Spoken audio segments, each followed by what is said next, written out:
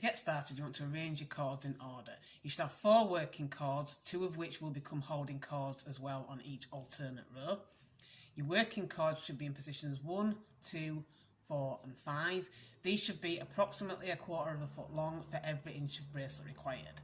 Also, the cords in positions 2 and 4 will alternately become holding cords on every second row. And it's worth pointing out that the cords on the left are the ones that will show up down the centre of your pattern, and the cords on the right are the ones that show up down the edge.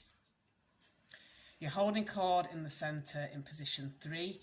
This should be long enough to wrap around the wrist 2 to 3 times, and this is the only cord that is only used as a holding cord.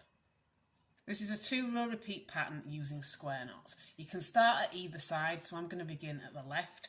And for row 1, you want to take the cords in positions 1 and 4 and work a square knot over the cords in positions 2 and 3.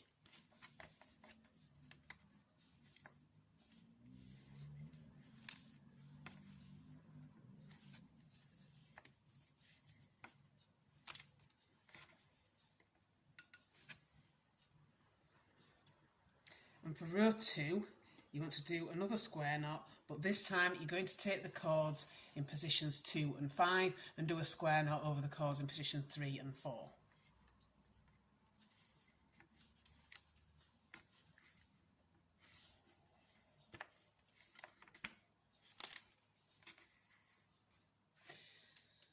And you want to keep repeating these rows all the way down until you've got the bracelet as long as you want it to be. So each time you're going to be leaving 1 cord out at either side and doing a square knot with the remaining 4.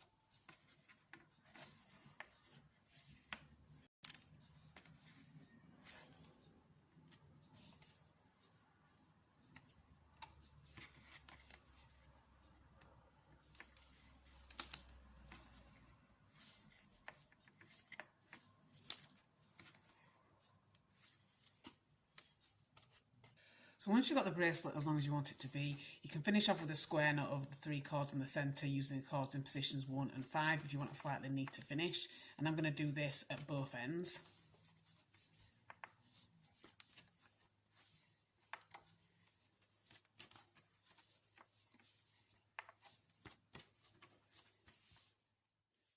And once you've done that, you can trim and seal any excess at either side. So I'm going to use a lighter to seal mine, but you could use glue if you prefer.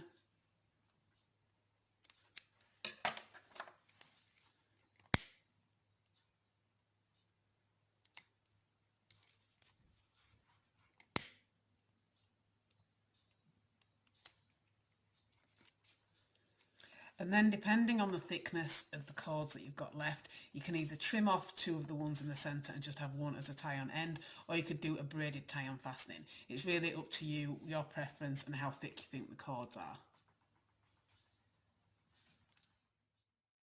And when you've finished, you should end up with something that looks like this. So I've finished with braided tie-on ends, but again, you could do whichever fastening you prefer.